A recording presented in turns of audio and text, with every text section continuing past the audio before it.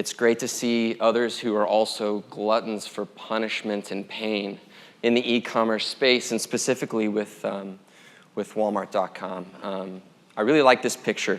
I wanted to start with it. What it signifies to me is we're all on this journey, right? And we kind of have an idea of what the top looks like, and maybe there's some tracks laid before us, and maybe those tracks make sense for us to follow, right? Maybe we follow in someone else's footsteps. And maybe those footsteps weren't the safest. Maybe someone fell off and there was an avalanche or whatever. And so that's what this entire summit's about, right? Is trying to figure out what's the next step, what's worked, what hasn't. And so one of the things I want to do is just really quickly, tell you about myself, tell you about the foot tracks, the footprints that I've followed in, but also hopefully some of the footprints that I've laid.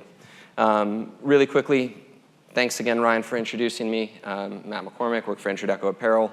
I have a picture of my family up here to remind myself why I do this, right? I can go crazy every day trying to fix things online, but at the end of the day, I got to remember, hey, here's who I'm doing it for, and also a shameless plug.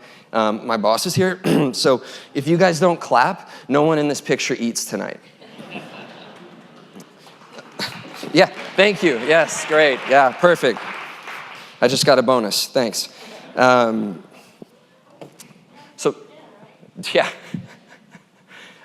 So this is a couple of the brands I've worked with.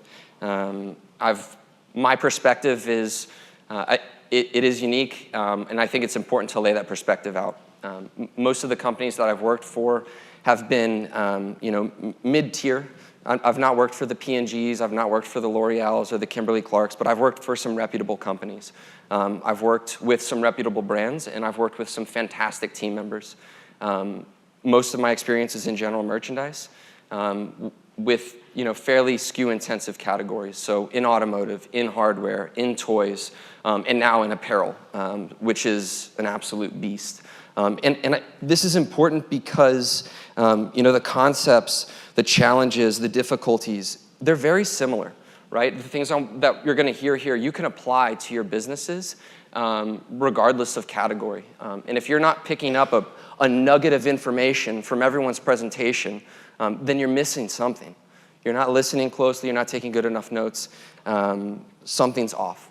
So just know that a lot of the things that people here are talking about can be applied to your businesses, but also take it with a grain of salt and understand, how it can be applied and what's the effect to your particular business. So first, let's acknowledge the elephant in the room, right? Does everybody know who the elephant is? It's not Amazon. It's not Walmart.com. It's our own companies, right? It's shocking sometimes to leadership that Walmart.com has difficulties, challenges arise. Why are we continuing to focus on how we can fix Walmart as opposed to focusing on the things that we can control, right? As a company, we've been doing business with brick and mortar and stores for as long as stores in our company has been in existence, okay? So everything we have internally, our data, the way that we design product, our packaging, everything is focused on this brick and mortar concept. And so it's really taken a huge shift to go to leadership and say, okay, here I am. I'm the account manager over here in the corner, right? And you guys are squishing us. We're getting pushed around. In reality, 60% of shoppers start their purchase journey in general merchandise online. So we're affecting your brick and mortar by this mass number. So accommodate us, right? Let's mobilize all of the good data, all of the information that we already have, and apply it to an e-commerce perspective and an e-commerce paradigm, or an omni-channel perspective and an omni-channel paradigm, right? So how do we do that? First and foremost, we need to focus on what we can control, right? So Megan just talked about lead and lag indicators. I think that this plays nicely into that, right? Everyone hints on the core building blocks. I've gone to so many presentations where it's basics, basics, basics. And the reason that you keep hearing that is because it's so important. It's your first step. If you don't have this, stop what you're doing now and figure this out, okay? Because you're not going to be successful in an online space if you don't have the right product offering, right? very similar approach to stores, with some unique circumstances, but it's got to have a unique value prop, right? It's got to be priced right. It's got to have good value. You know, consumers can't get on there and say, this is a $20 t-shirt that I could have bought for $2 in store and the quality would have been better. Like, there's got to be something special, or a way for you to communicate something special about your product. So product offering is important. Item setups. This is huge. I cannot overemphasize getting your item setups right from the beginning. Many of our challenges internal to Intradeco begin here. Good data in, good data out, right? Bad data in, everything breaks. There is no more data online, and you've got to go back now and fix it, okay? Item setups don't just include the item spec sheets or Form 33s or PIMs or whatever your buyers are calling them now. It also includes the content, okay? And there are people in this room who can help you with content, but know that your buyers don't want to engage in higher level marketing strategies if you don't have multiple images, if you don't have video, if your copy isn't optimized for Google scrapes, or Google searches or searches online. You know, 189.2 or whatever the number was, Megan, I mean, that's great information to know, and that should be approached in the beginning so that you don't have to go back and fix it later on, okay?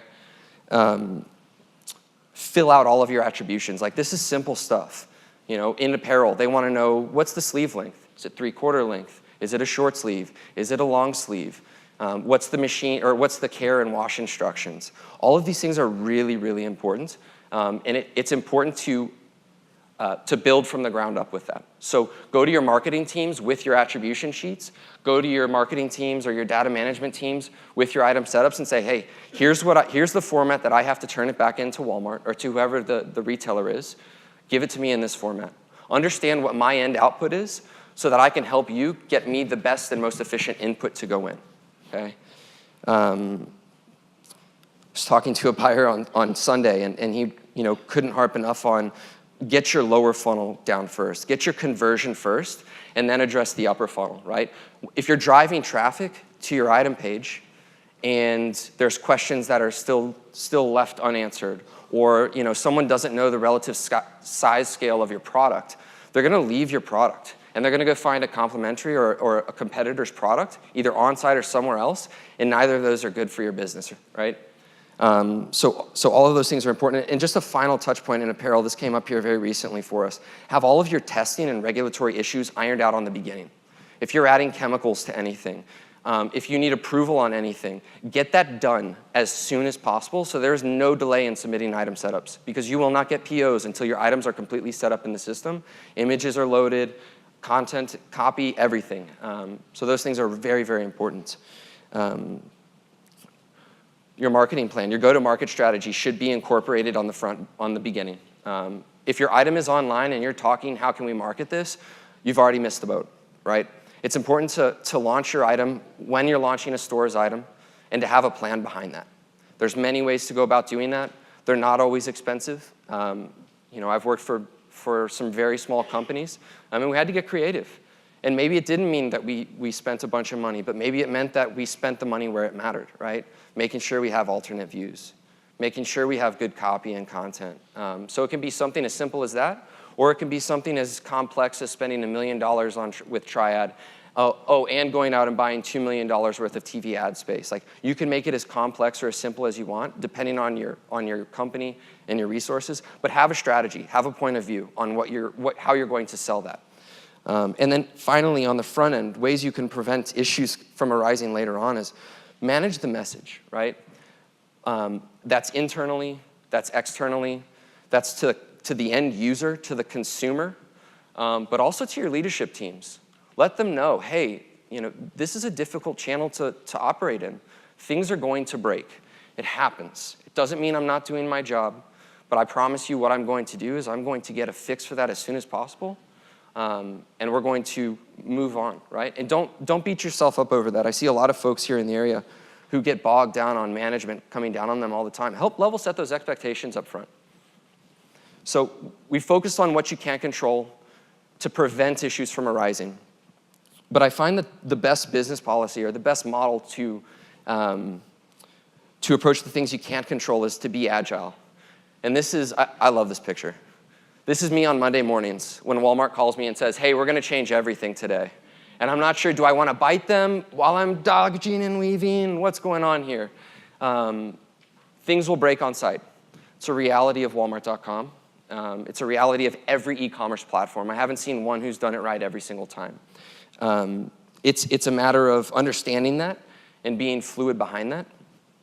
An example of this is when we have variation pages. I'm in apparel. We've got anywhere between 10,000 and 15,000 individual SKUs that the Intradeco apparel e-commerce team manages in one point in time. It's a lot of SKUs. It's very SKU intensive. It's a lot of work, so we have to be very efficient. When variation pages break online, we save our PIMs, or we save our item spec sheets. I can refer back to my item spec sheet like that, get the information I need submitted to Supplier Center, the variations are fixed, and I can move on to the next topic for the day, right? Have a plan in place for when things break. You don't want to think about, if you can anticipate it, and you know it's going to happen, and you know that it's something that you're going to have a fix for, know who's going to identify the problem. Who's going to fix the problem? What does the timing look like? What does the internal communication look like? Have those checklists ready on the front end so when it happens, you're ready to react. And then also, things will change, right? Platforms change, sites change. We've got a whole new Walmart.com launching in roughly 2 to 3 weeks, right? And we're scrambling to figure out, how does our interaction with Triad work now? What is a rate card for an advertising spend? Can I still merchandise through my buyer anymore? Anticipate what's coming, but understand that things will change and try to be as fluid in your model as possible. Plan ahead. This seems obvious, but I think what I mean by this is back out your selling cycles. So if you're operating on a 3-month selling cycle and you're submitting your item setups 3 months before your item is supposed to be live on site, you're pushing it, right? You can roughly estimate 8 weeks to get an item properly set up, at least in the apparel department. We're still kind of not using Supplier Center. So back up your selling cycles to allow your team and yourself time to adjust for when points 1 and 2 happen, because things will break and things will change. Also, intelligent data storage. I keep hearing data storage. Data repositories, very, very important. If you can't reference your data quickly when things change and when things break, you're going to be spinning your wheels way too much, and the competition who's got the advantage because they've got speed is going to take over. It's a great reference on the knives earlier. I love that. And then finally, anticipate. Like I mentioned, apparel is not in Supplier Center yet. We're still doing things the old way. We're still submitting manual Excel spreadsheets. However, we do have one product category that falls into Department 9, which is sporting goods, which does use Supplier Center. 98% of our business is not impacted by this, but you can rest assured that we're focused on that 2% right now because we're anticipating that Supplier Center is going to be launched for apparel. So we're not sitting back and waiting for things to change. We're actively engaged in the community with Walmart to get ahead and see what those changes could possibly be. And so a strategy for being agile, you've got to get organized and you've got to be efficient, okay? Everyone has a system. Some systems work better than others. If I was to ask the person who owns the garage on the left, hey, go find me your 3/8" socket wrench, they probably know where it is. This is what my dad's garage looks like. Dad, I need the skill saw. Well, he's got to move the flower pot, and then maybe the ladder falls on his head, and then he's bleeding. My mom's got to come out and apply first aid. But he'll eventually get me that 3/8" socket wrench or that skill saw, right? Whereas the garage on the right, there's no moving. It's clean. It's fluid, right? If they need something, they know exactly where it is. There's I think it's a French term in cooking, mise en place, right? Everything has its place and know where it is, okay? So important to centralize that data and organize it in a way that you can retrieve it quickly and efficiently. When you're dealing with 10,000 to 15,000 individual SKUs, you don't have time to think, you have time to execute, okay? Automate as much as possible. We got a call from Walmart 4 weeks ago. Hey, Intradeco, with the new site changes coming in 4 weeks, we need you guys to resize all of your images. Sorry, what? All of our images? You know how many items we have, right? How many buyers, how many categories? Okay, so we started doing our research. We knew that doing this manually wasn't possible. Thousands of images. Couldn't do it. Didn't have the expertise, didn't have the resources. So we found a service company here in the area who would automate that for us, okay? It doesn't just come back to that specific example. Automate your POS. Have your data sent to you. That's a great point that Megan said. Have your data sent to you if you can afford it. There's a lot of times where you can't, and if you can't have someone else do it for you, find a way to have a system to do it yourself. There are ways to get almost everything you need out of Retail Link, Supplier Center, and then maybe tapping into some third-party CSPs to get almost everything you need from POS reporting, exception reporting, PO reporting, web scrapes, pricing issues. Everything you need can be automated. If you can think it, it's been done. Investigate in the area. Go to Google, go to YouTube, look it up, listen to folks here in this room. And then communicate early and often. This doesn't mean, just to Walmart, although that helps if you know things are going to be late. Obviously, you want to communicate with them, let them know so that your marketing plans can then be adjusted as well. But close product loops. So if you're organized and you're efficient and you have good data storage, are you tracking your reviews? Does your product team know that one person or one item in particular has a couple of things that people keep calling out? Maybe it's time to change that. Wouldn't it be amazing to go into a buying situation, because your buyers are looking at these reviews now a lot, especially in store.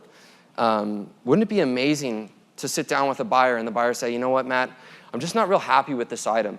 Keep looking at these reviews on site. They keep calling out how thin the material is, and there's not any flex, and there's not any give. Wouldn't it be amazing to say, you know what, I've been looking at that too. And one of the things I wanted to talk to you about was this new item that addresses all of those issues that those reviews call out.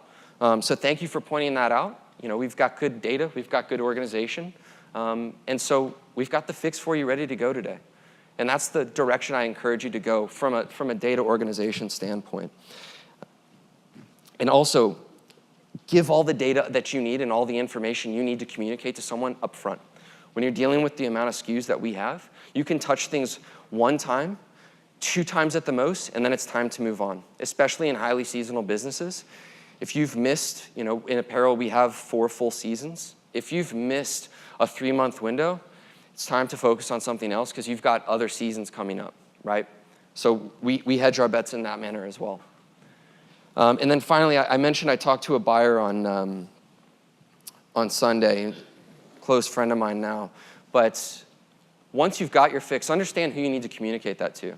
Whether it's internally or externally. It was amazing to me. He said, Matt, I really need you to include this slide. People don't understand who to go to, who does what within the Walmart.com ecosystem right now and within the buying teams. So understand that each level should have something of a touch point, right? If you're within reason, if you've got a $20,000 revenue a year business, the GM is probably not going to take the time out of his or her day to have a conversation with you. But the GM is, there's usually one per category. Proper format of engagement is JBP or top to top. Below that sits the buyers and senior buying teams. Most of you guys know what that interaction looks like. A lot of the bigger questions can be directed here. The big bets, they control the assortment. They give a lot of the official sign-offs from buying quantities and things such as that. Not the best place to start for on-site fixes if you have issues. That would be the level below that, which is kind of the newest member to the buying team or one of the newer members to the buying team, which is the category specialist. This person works hand in hand with the buyer, oftentimes acts as a buyer, but can help with on-site merchandising issues when you've exhausted your other resources, when you've sent supplier center emails, when you've submitted tickets. This is a good person to go to. Most questions can also begin here, and they can get funneled to the proper person. Demand planning is, they hold the checkbook, they manage the open to buy dollars, and they manage and supply the forecast. Very important person to have in your corner. What we like to do is we bring our own forecasts and our own recommended buys based on historical data that we pull because we're organized and efficient. And then we sit with them and say, hey, here's how we arrived to this data.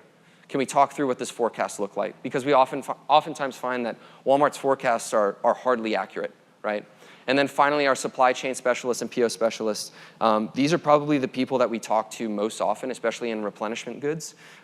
Case pack quantities get transmitted incorrectly. Pricing gets transmitted incorrectly. I've heard a lot of folks, and we don't participate yet too much on the Jet platform just because of our Walmart business, but I've heard a lot of Jet pricing come in inaccurately lately. So, these are good people to have in your corner.